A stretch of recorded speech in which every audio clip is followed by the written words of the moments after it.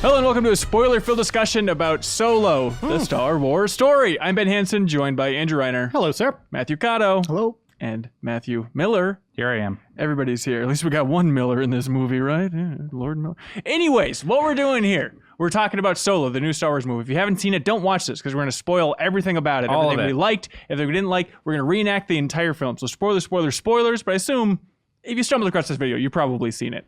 Reiner, what did you think of this film? I loved it. Wow. I had a really good time. You know, I walked out of the theater and I was like, that was pretty good. And then I thought about it more, woke up the next morning. I was like, that's just a fun, different type of Star Wars story. And that's exactly what I want at this point. Yeah, I'm with you. Where I saw it, I was surprised by how much I enjoyed it. And then as I sat around on Memorial Day weekend, really soaking in the sun, I also soaked in more criticism of the film. And it's like, maybe I don't like it as much as I thought. I heard too many podcasts and discussions where they really just focused on a couple details. And I found my love fading away to at a point where I feel like I need to watch it again now to like reinvigorate. I'm like, no, that was a fun movie. Objectively, it was a great time that I had in the theater. But some things are nagging at me more and more. But Miller, what'd you think? I liked it, but I didn't love it. Okay. I liked that it was a fun science fiction adventure film and had lots of cool scenes and a couple funny moments and that kind of thing. But it didn't totally do it for me as a Star Wars film. It felt like even Rogue One, which is the only other movie we've had so far that's outside of the full saga films, even Rogue One felt like it had some sort of more depth to it as a film that I felt like Solo really lacked. Yes, it checked a lot of boxes of the things that you'd expect out of a Han Solo movie. We've got the Kessel Run, we've got the meeting with Chewbacca. All these things happen in the movie that you would expect to have happen, but they don't. It doesn't necessarily mean anything at the end of the day. And it also, and I'm happy to go into more depth as we talk more about it on this, but I also think it messes in a very significant and important way with the broader arc of the Han Solo character. Yeah. And that bothers me. I think that's very fair. Kato, what'd you think about this thing, man?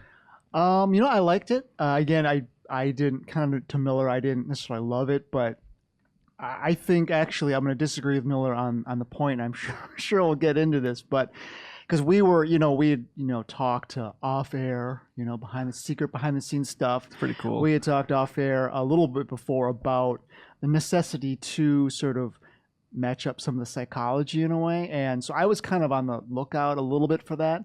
But I was pleased where it ended up, and I'm sure we'll get to that a bit later. Well, let's get to it right now, man. Okay. Yeah, well, like Miller, where do you think that it doesn't match up or square off with where the New Hope picks up? Okay, so in my mind, Han Solo prior to this film is a really beautiful character arc as told through episode 4 through the conclusion of that arc as it was presented in Abrams episode 7. Yeah. There's something about the nature of Han Solo as we meet him at the beginning of 4, who is really... He's really a scoundrel and a smuggler and not really a good guy. A liar. He's a liar and he's on the wrong side of the law, but he's also doesn't really, with the possible exception of Chewie, he doesn't really have anything in his life that grounds him or gives him a reason to be good. The pivot point in that character arc is the end of episode 4, where in his loyalty to these new friends that he's made and his love for these people, he returns, he helps Luke out at the Death Star.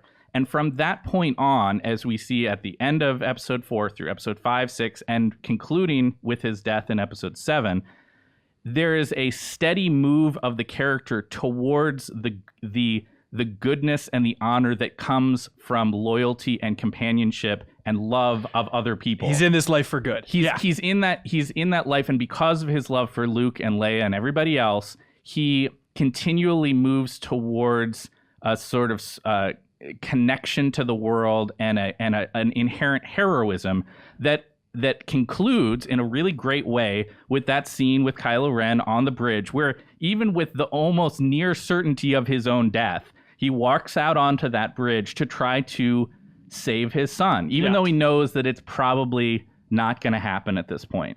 Now, all of that is prefaced to say that I think that this movie messes with that a little bit. It says that Han Solo's always been kind of a good guy, and he's always been working to be...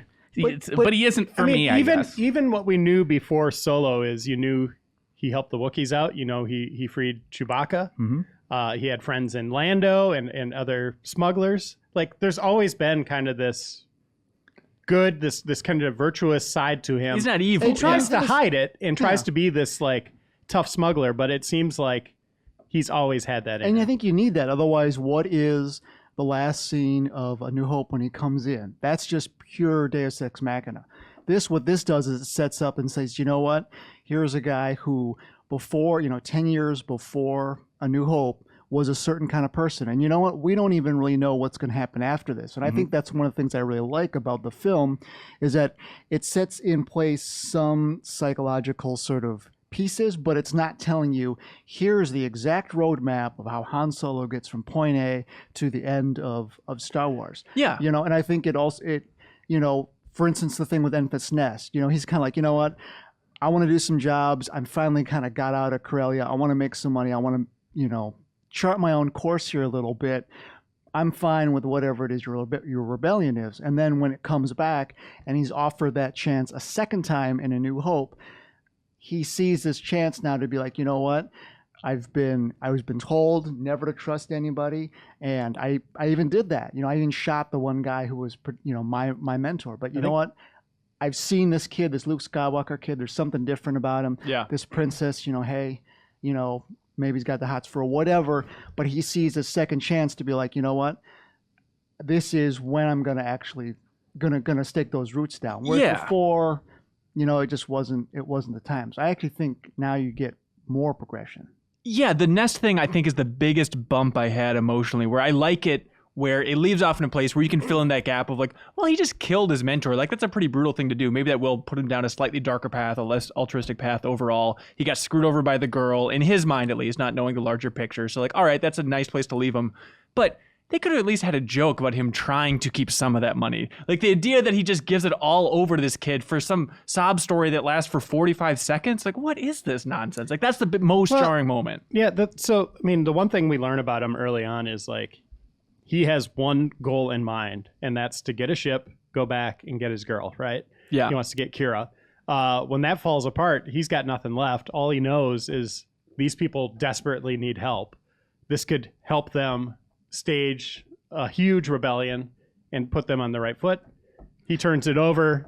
He and Chewie go off and do their own thing. I never got that he was the type of guy that was like, I'm going to get rich. Really? It seemed like throughout the course of the movie, after he met Kira, it was, I just want to have enough money for myself and for my own freedom, and to accept like, a dusting off the top of that stack as his payment. I still don't buy it. I mean, I think one of the things we're talking about in the distinction there is talking about how we understand Han Solo as a character, which, we're getting kind of deep on this, but like that, it is the Solo movie, right?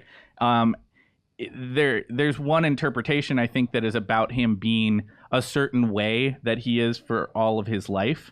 And I think this movie supports that understanding of the character. I think the thing I was sort of arguing before is the idea that like that isn't what Han Solo is, and that like he was one way, and that there's a thing that affects him, in particular the love of his friends Luke and Leia, that changes him. And that for me is a little bit more powerful as a concept. Yeah, the one thing I see in this movie is him trying to find a place to belong, right? Yeah, like sure. whether that's him and Kira getting off the planet doing who knows what, Yeah. or being a part of Tobias Beckett's crew. Sure. Like, he immediately latched onto that. Yeah. And I think you even see that in A New Hope, where he's just like, this is something I could be a part of. Can I hang out here? Is it cool? Maybe he does that with Jabba for a while too. Yeah, Like, hey, right. Jabba, maybe you and me can be buddies on Tatooine for a while. There's no Salacious Crumb. It's just Han sitting there.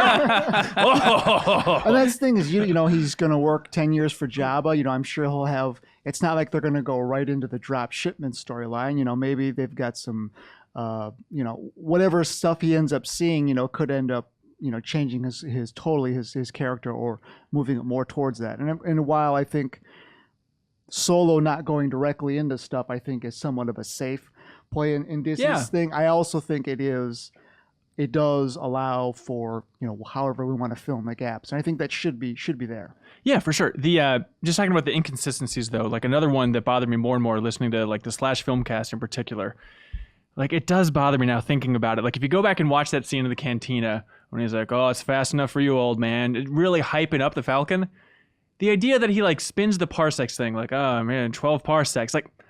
It's better if that's him lying or exaggerating, but now just knowing that there's not only did he literally do that, more or less, Chewie says he fudges his numbers a little bit, right? But more or less, but then also there's this crazy set piece with a Cthulhu space monster that he ripped the skin off of. It's like, I don't want this guy who's trying to, inflate his own ego just to get some more money out of these two schmucks in the bar to have like the most bombastic real story behind it. That's just less fun overall. I think when it was just like a amount of time that it took, you're like, oh, that sounds impressive. Like it's like a race or something, right? But then when you actually see what it is, it's like, who cares what the time is?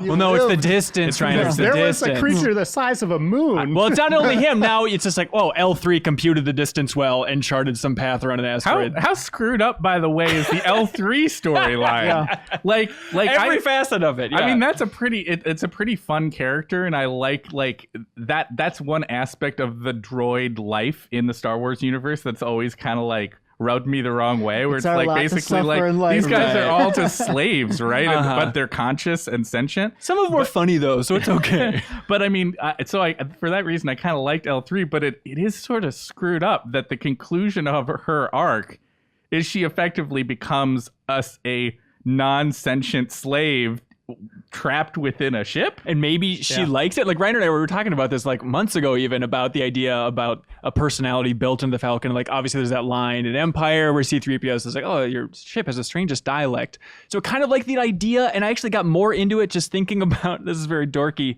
but when she instigates the entire riots with the droids and she runs out and she's like, rebellion! And she's like so into the idea of rebellion. Like something kind of cool about like the Falcon itself also really being into rebellions. Yeah. I liked it too. It's screwed up. Like that is a sad end to a cool character in some ways. And the way she kind of viewed Lando too. Yeah. Like, it was like, oh boy. Yeah. And obviously Lando had feelings for this droid. Like, he lost his mind after she passed away. And it's sad that like he can't really talk to her anymore. He sees like a crappy 70s LCD loadout of like her charting the path, but I'm sure it's like, hey, can we just put a voice box on the Falcon or something here for everybody? I don't know. Reiner, what was your favorite moment? I mean, it's the big reveal toward the end, right? Boy. Like, because the reason why is because of what Lucasfilm is doing next.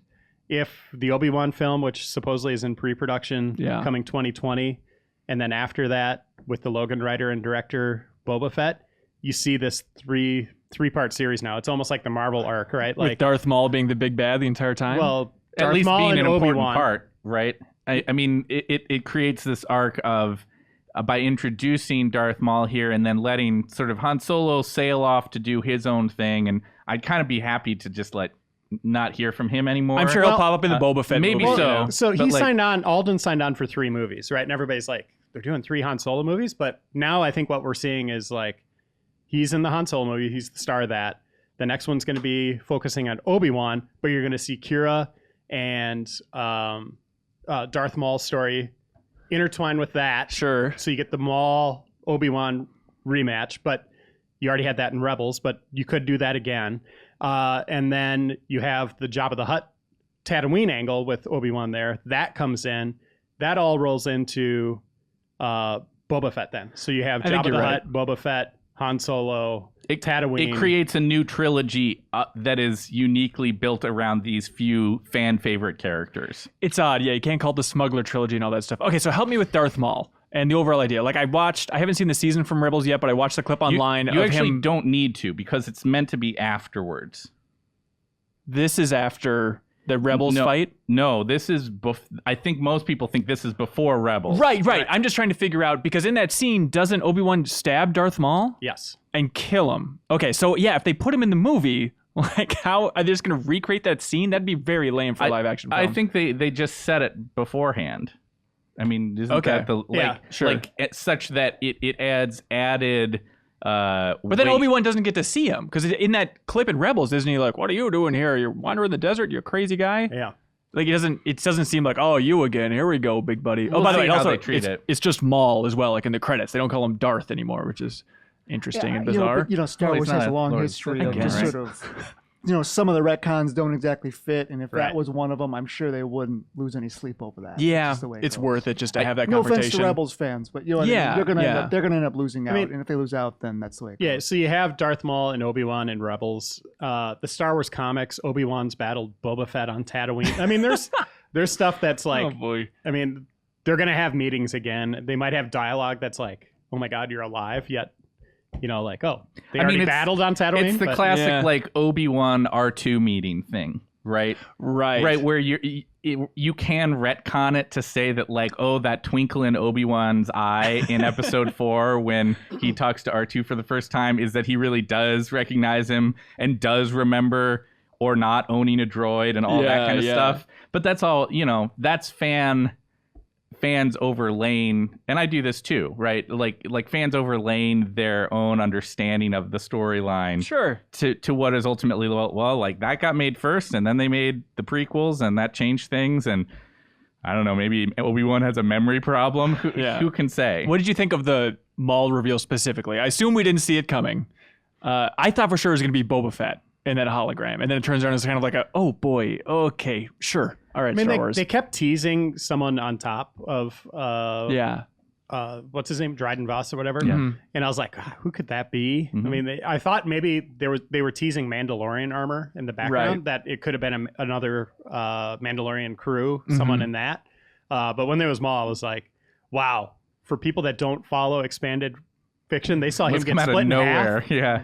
Well, I They think got to be thinking like, is this before Phantom Menace? I really think that's the large percentage of like people that aren't super into Star Wars. They saw the movie and they're like, if they even want to do this math of like, oh yeah, so this is before the first one. Okay, got it. Moving on. They don't really Yeah. overthink it. That's a tough sell. Yeah. Also, I think he talked more in that clip than he did in all of Phantom For Menace. sure he did. And he's voiced by the voice actor behind Deacon St. John in Days Gone. Sam right. Witwer. There we right? go. Yeah. And it's still Ray Park in the suit though, which is cool.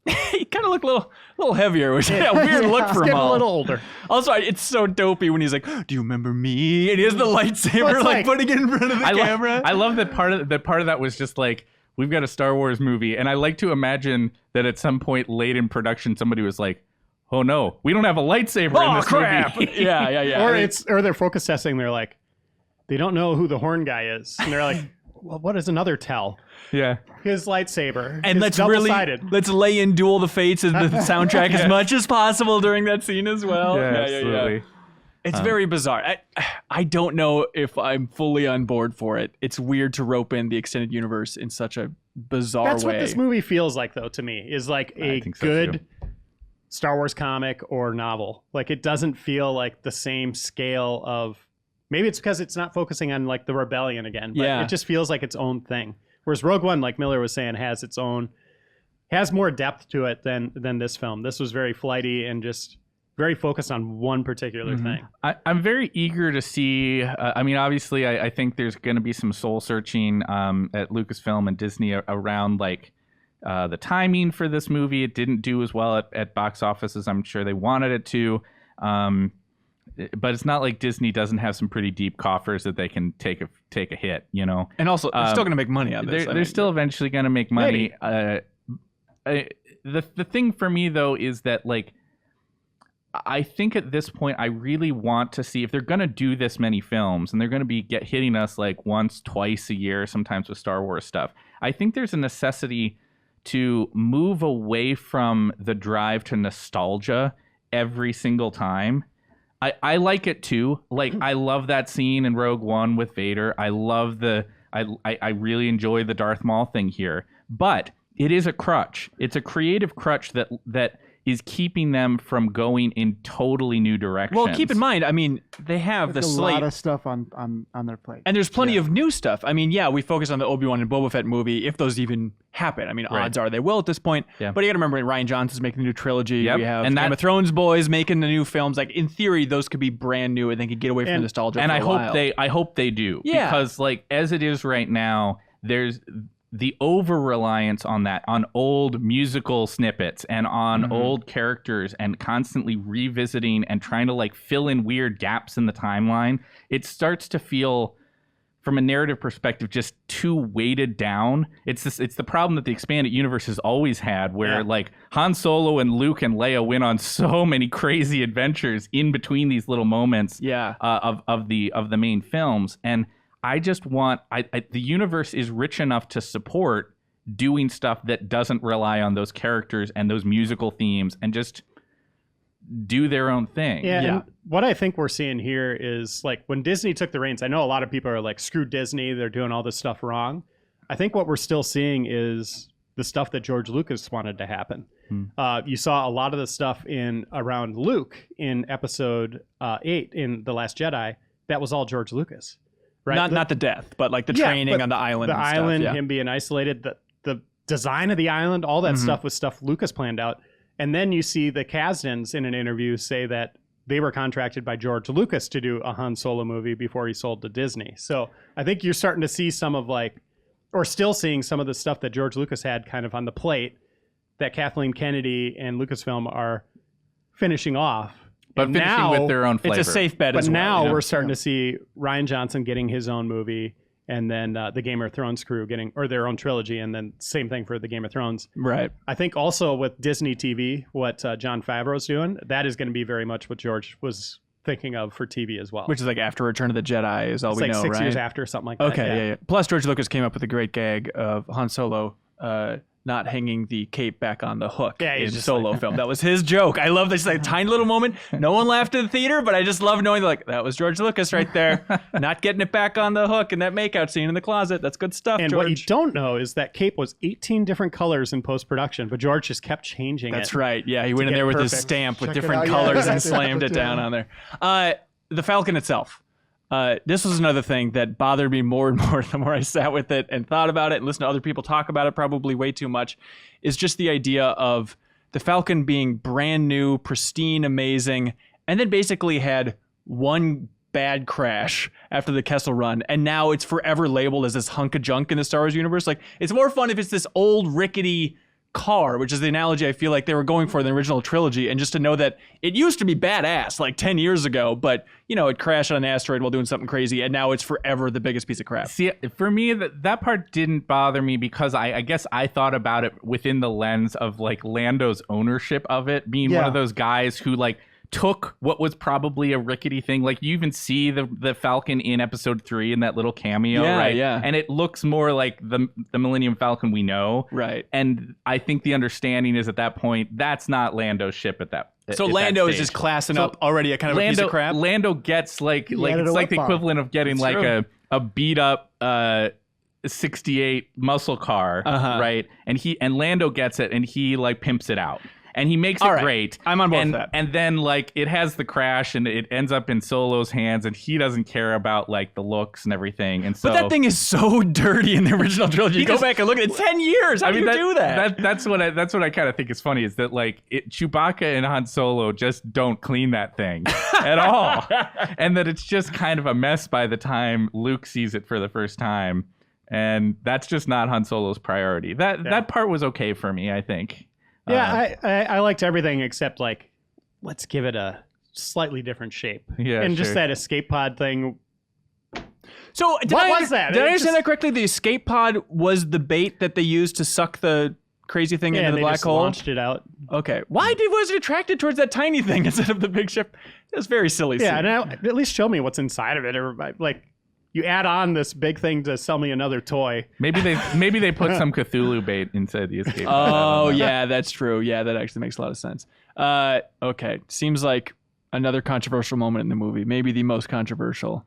That naming scene.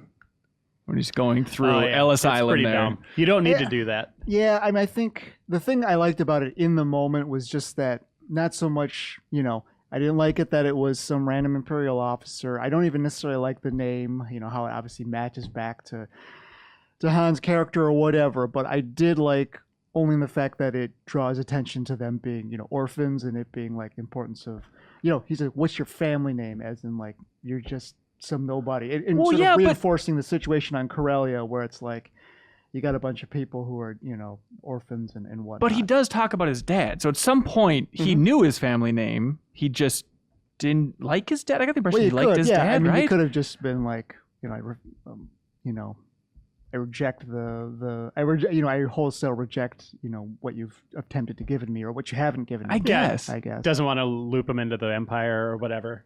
But the thing I love about that scene, I hate that he's just like, that guy just named him. Right? I think that's dumb, but I like just like in the Imperial context, how little they care about the people or that they're signing up, and he's instantly put into as a new recruit, and he's like, I want to be a pilot. And you're like, there you go. That was the funniest moment of the movie.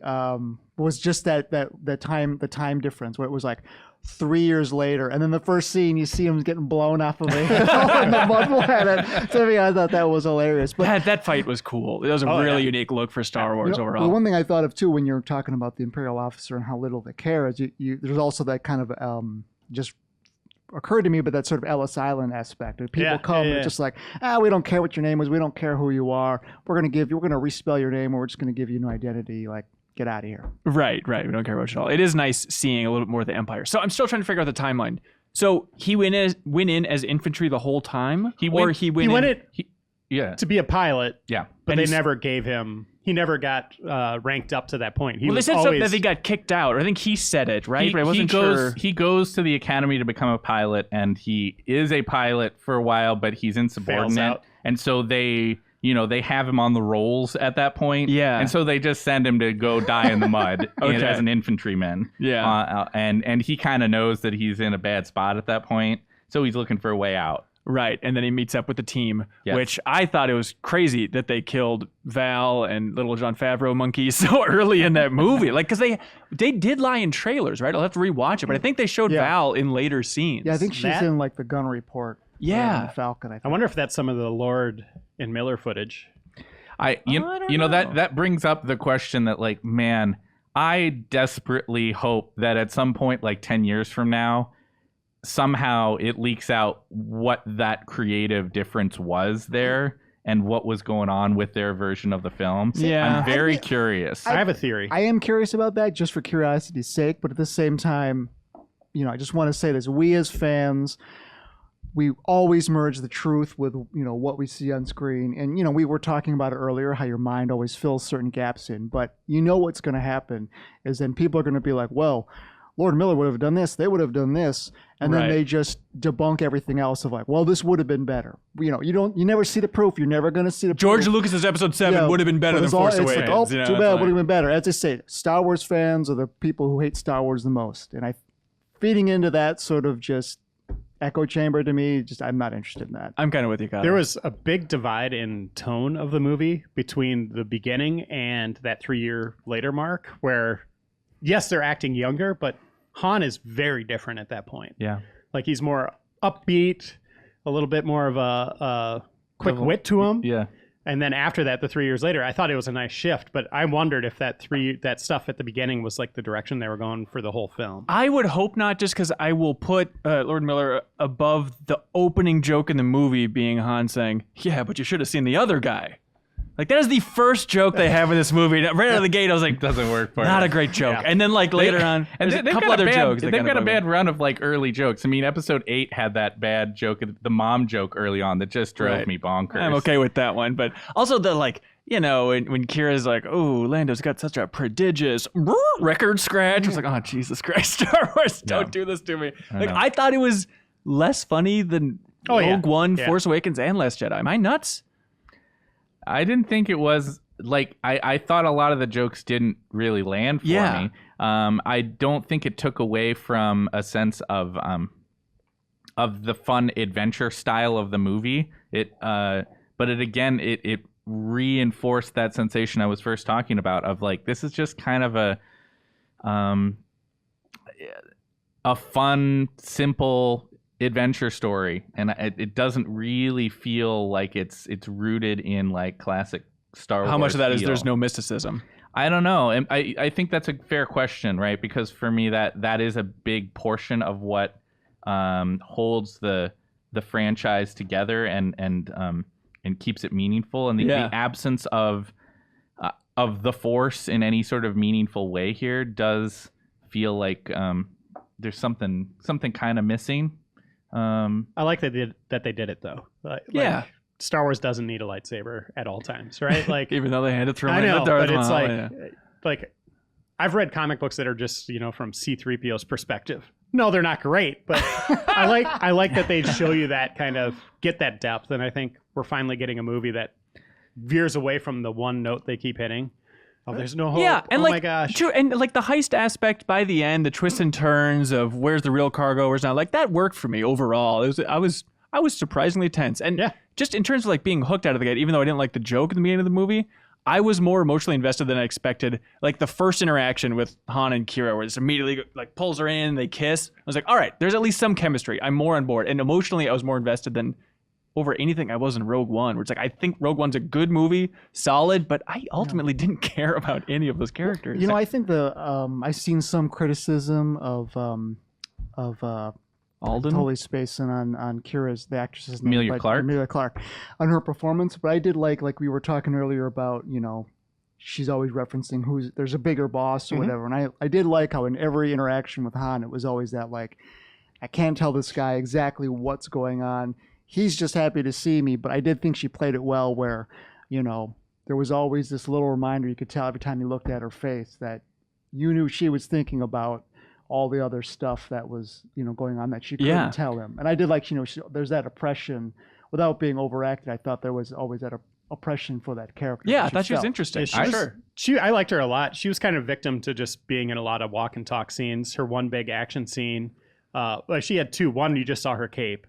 And then the other one was against Dryden, obviously, at the end. And I thought she was great in those moments. Where she uses Terrace Kasi, ladies and gentlemen. That's a deep cut, isn't it? Holy cow. I was sitting next to Reeves and I gave him like a good punch. Like, hey, they mentioned that game. Look at that. I really like that character too. I think she's one of the strong points of the film. I think she turns in a more subtle performance than many of the actors on screen in the film. I think so. The Alden, I was really impressed by as well. Like, it's an impossible task. Yeah. Overall, I'll give him a 7.75. And on a job that hard, that's pretty solid. Like, it never bumped me. And I've heard a lot of people say, like, oh, I just was thinking the entire time how it wasn't Han Solo. But I got absorbed pretty early on, and it wasn't really nagging in the back of my mind at all. Yeah, I was kind of, like, bummed out when they announced Woody Harrelson was going to be in the film. I was like, it's like getting Sam Jackson. Like, he's too recognizable. Right.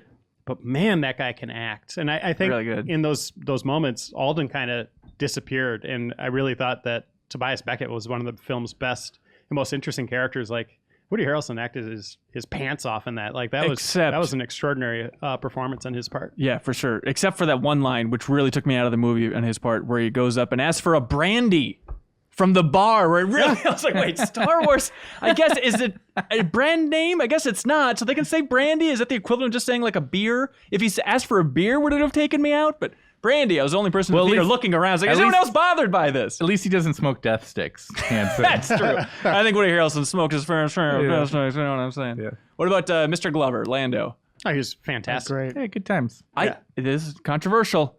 I think I was more taken out of the movie by his performance than Alden's, where I felt like he was doing more of an impersonation of Billy D. Williams, and every once in a while I'd be like, oh, okay, I'm just thinking about the impersonation that's now. one of those things where in some of the podcasts I've seen, in some of the conversations I've seen, it really does go both ways with people. I hear people talk about, he was aping Billy D. the whole time, and then other people say, I was like, no, it was just Donald Glover being Donald Glover. He wasn't enough. So, like, it's a weird thing. I almost find in my personal experience, it's like people are all over the place. I would say, to kind of Miller's point we're talking about, is I did feel that regardless of the shoes they had to fill, which were obviously big, regardless of the voice mannerisms or, they fired the blaster like this way, and it reminded me, when I was watching the movie, I think I was just having fun. I think the characters did fun things, and I didn't find anything really funny per se, but at a base level, the individual jokes. But I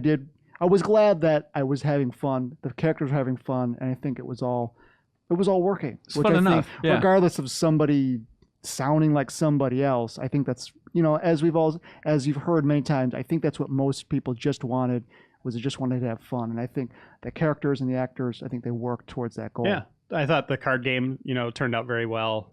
I thought a little confusing. Yeah, Lando was written. Yeah, whenever they'd show the cards, everybody was just like, that good? oh, he's even got a beyond green that, people one. on screen are cheering. That must be good. Yeah, but then when he didn't get it in that card game, I was like, what the hell? How are they going to retcon or like work this in some way? And then, of course, the weird tag at the end of him going back for it. But I thought Lando was written really well. Like, Yeah. the dialogue he had, the things he's won in the past, the relationships he's had. I mean, obviously, he's well known, around the galaxy. I thought that all worked, and I thought Glover was a great Lando. His deal keep getting worse all the time. Yeah. It's I nice. just totally took it. Reddit pointed out that this is the most disturbing Star Wars movie because it confirms that Chewbacca has eaten human beings before. That is a fun That idea. reveal was awesome. I thought loved it was it. going That was to good. be a Rancor. I totally was on the same page. Yeah, I was like, is this going to be a Rancor Easter egg? Here we go. Okay. And the funniest part in the movie was when Han's in the shower and Chewbacca Oh, yeah, comes that in. was That is great. that is made me genuinely laugh. a good joke. Like, I Yeah. thought that I'll was give really him that. good. And that was such a, weird bonding moment, but it just worked for those two characters. Yeah. Right? Like, it's like, okay, they're kind of goofballs. It was nice just to have this huge heart. Yeah. Like, throughout the entire movie with Chewbacca, I feel like every scene I wasn't taken out. He was always just sweet and strong, even when he was dealing with those other freaky looking Wookiees and freeing them. Also, as a Star Wars dork, really liked that Han, he knows Wookiee, but he Yeah. couldn't tell if it was family or tribe or whatever. That's cute, yeah. I thought that was kind of neat. There is a slight communication problem between them, but at the same time, it works. Right. But it also leaves the door open for, do they go find his family or whatever? Like, Oh, yeah. Little side story. there's Christmas a lot. special. Yeah, there's a new lot of one. side stories that this That'd be teases a lot. great. This Dude, they really could do does it. tease a lot for the future. Yeah. Honestly, dude, 2019 Christmas special, new one. Just with these characters, they could pull it off. Just like erase the past. Let the past die. Just make a new Christmas special. This is perfect. They go find Chewie's family. When they be We're gonna awesome, put you though, in charge, Hanson. Okay, Kathleen, step aside. if they made a Christmas special and it was just this like dark fanboy driven thing that the fanboys have always wanted of Yeah. like, oh, we want this Game of Thrones style whatever, and they tease it as like, we're gonna do a Christmas special, everybody. And everybody tunes in to see it just be this disaster, and it ends up just being this Leaves children super, weeping at super the dark, end. yeah. The dinosaur that Boba Fett rides is just eating Wookiees left and right or whatever. Other small thing that bothered me in this movie, but it's just because I was so convinced this was going to happen. I thought for sure they were going to show how Han Solo, Harrison Ford, got the little scar on his chin. Yeah. Because I remember from the Disney Infinity 3.0 cover story we did that like Avalanche said like Lucasfilm considers that scar a big deal. Like it had to be carved into each of the little Disney Infinity figures. It's like they were not going to leave this detail out. And especially in that final fight scene then where Dryden Voss's weapons are like the perfect knife. chin slicers and they're like right close to Alden or Han Solo's face and they didn't nick the chin. What's going on? Just nick the That'll be in chin. the third movie. I mean, but yeah, they got to save some stuff, and if they are going to bring him back, Comic they might book. have more of it later. Okay, I hope it is Comic Salacious Crumb just jumping on his face. So the big question I have, it didn't hit its expectations at the box office. Obviously, it went against Deadpool and Avengers. So Yeah. it's like Nerd Central in theaters this weekend. Do you think that's going to derail the plans moving forward?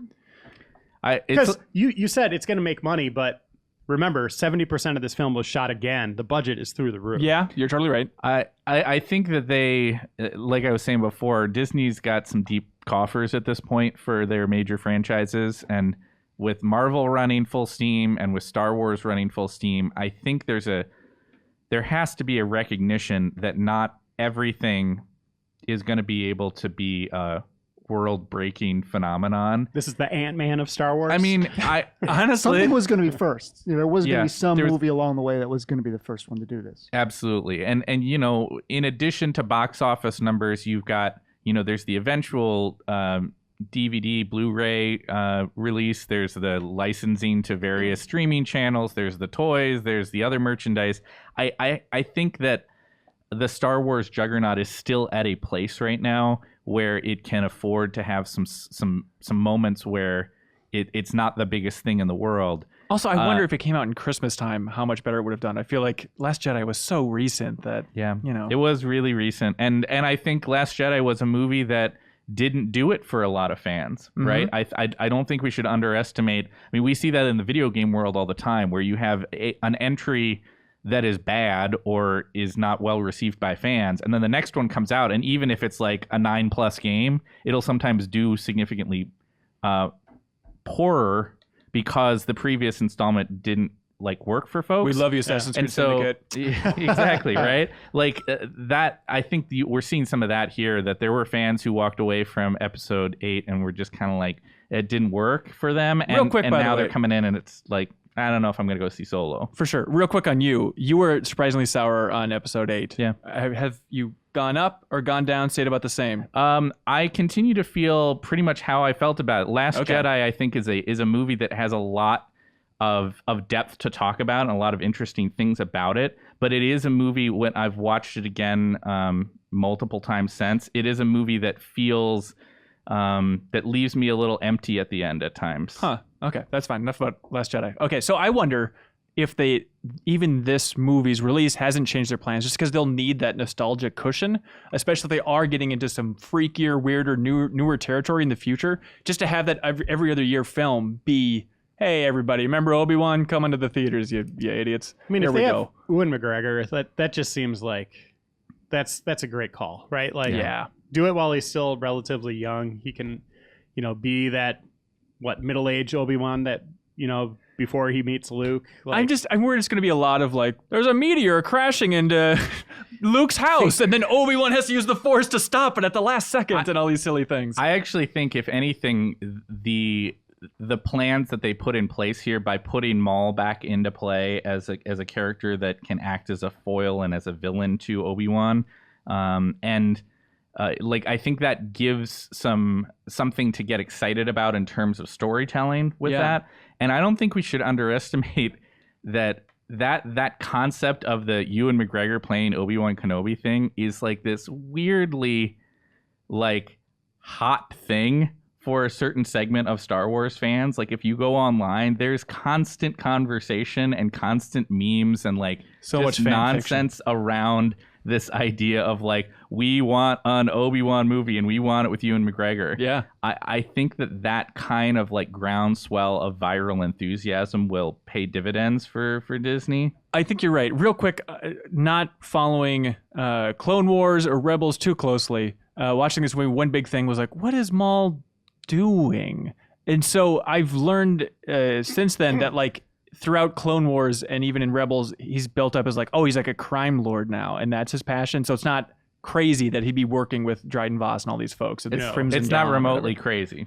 Okay. I mean, it is crazy that we see a guy get chopped in half and he comes back, but it's not without the precedent within the established. What they've said is canonical lore. I mean, they've said that Rebels and Clone Wars and stuff, that's part of the established fiction. But he still uses the Force and everything, right? Yeah, you kind of move away from the Sith Lords in this era. Like, there's the Inquisitors and stuff like that. Right. So yeah, I mean, they are using their powers in different ways other than just kind of adhering to these old arts in this old way. Well, what about, this is what we were talking about after we saw the movie, Darth Vader. Does he know that Maul is out there? He wouldn't have any idea who Maul is, right? At this point in the timeline, Do they ever interact in some animated nonsense? I can't. With all due respect to animated nonsense? I'm trying to think. Yeah, I'm trying to remember in like the tail end of Clone Because Wars, wouldn't he if be Anakin. very bothered to know that like there's another Sith guy out there that could eventually take the there's throne? a bunch. Oh, boy. Okay. There's a bunch of characters who are Force users. I think they largely abandoned that old idea that like post Episode 3 there was really only Palpatine and Vader, and like that was that. I think they've sort of said like, that's too good of a well for us not to tap into and have some other characters. But I mean, I bet we'll have somebody in the comments who recalls, but I can't remember there being a scene where Anakin, either as Anakin or later in his role as Vader, that he ever actually directly interacts with Maul. I don't think but so, I could and I be don't think the Emperor misremembering. does either. Okay. That's a confusing relationship. Yeah. In Rebels, I mean, they're very close. There's the comic thing, but I don't know if that's canon or not, where we see some follow through on the Darth Maul stuff with the Emperor. Is it in the new Marvel I just stuff? don't remember. I can't remember. That's either. fine. Let's get to the meat of this discussion, though. Really, It's enough to say that like there is a through line that makes sense that Maul is in the position that he's in. okay, all right. That's It's all I not need. like totally ludicrous or out of left field. Right. But what do you think about them listening to the Imperial March within the Star Wars universe? The fact that was played at the recruitment center was so weird. I mean, we talked a little bit before about like the use of nostalgia in these films. I mean, musical cues, sound is just second to smell. Right? Look, I'm all on board for that, but and then you can't do smell in a movie theater. So Darth Vader knows his own music? It's so weird because it's playing from the recruitment thing. And you're getting into Yeah. weird territory. You of, are. like, It's fun, but it's one of those like, oh, okay, now I have to reframe everything from Star Wars. But I listened to like Rebel Force Radio podcast, and they pointed out that in the radio version of A New Hope originally, that Luke was listening to like an old recruitment video, and in that they were playing the Star Wars theme in it. So it's already kind of sort of canonical that they can hear the so Star Wars John music Williams in is Star just Wars. aping someone else's music. Yes, Right, you're or right. John Williams is actually from a galaxy far, from the- far away, and a long time ago, and he will live forever. Right. Well, I think so. Wait, how about the pipes on that singing frog thing? Yeah. That was awesome. That was pretty very cool. cool. It was fun to see like Twi'lek's in there as well. I know some hardcore Star Wars fans are like, "Where's all the old original trilogy aliens?" Like, all right, here's your Greedo aliens. Yeah. What are they called again? The Greedo guys. Rodians? Rodians. Yeah. There's one of those subtly in there and stuff There's too. some shrimp. Everything you want, Enjoy. fans. Some weird. there are a lot of good aliens in here. Oh, good. Seems like we're all roughly on the same page then. Fun movie. It's a fun movie. I want more of this. I agree with Miller, though, that it doesn't always have to be nostalgia. I think that is down to the drops now of what's left. When you're getting to the disguise that Lando wore in Return of the Jedi Yeah. and using that as like a fun lightning rod for fans in this one. People want more. Here's what people want. They want an Obi-Wan movie. They're getting that. They want a Boba Fett movie. They're getting that. Do they? Yeah, they've been talking about Maybe that they do. they've been talking about that forever. I They also know. want a Yoda movie. No. I don't think they should ever do that. Hell no. And that's something Lucas said he never wanted to do. But those are the three I keep seeing people talk about. Get two of those out of the way, and let's just move to the future of new Star Wars stuff. We don't need to go back. Don't do Yoda, please. All right. Well, we'll see you for episode 9, which, as everybody knows, Reiner, it'll be called. Oh, this is a good question. All right. Let's all take some time and think up something for episode 9 here. Let's see. Okay, so it was Force Awakens, Last Jedi. It's always kind of forcey, mystical, you know. Okay, Uh-huh. you guys ready? Yeah. I'm gonna go with The New Rebellion. For the end of the Mhm. trilogy? That's weird. I'll go with like Prophecy Fulfilled. Prophecy fulfilled. Gosh, I don't know. There was a thing that went around for a while about the idea that the new trilogy would be a sentence, right? The Force Awakens, the Last Jedi, and that you could like follow through on that. But I don't know how one would do that. And then she went home. And then it was done. I don't know. I've got so like the place that episode 8 leaves off. I think leaves them some real interesting challenges about Miller, how I to need follow 3 through. words. I don't know. Damn it, Miller. It could be. Okay, so the first one, The Force Awakens, The Last Jedi, to stop. To stop is such a stupid. You could do like the Sith uprising. I think that's too bleak, isn't it? Like, yeah. I think I'd want something like not entirely unlike what Reiner's describing, like a new order or a new rebellion or a new New Hope. There we go. All right, like, end of show. Hope again. Yeah, like you a know, new I got it. uprising. Or just call it episode 9 Solo 2. Whatever you want, JJ Abrams. Really Han just have Solo at it. comes back for Yeah. the last one. All right. Thanks so much for watching the Speculating spoiler discussion. We'll do some games in the future. We promise. We'll get back to it. It'll be a real good time. But thanks for watching, everybody. Bye.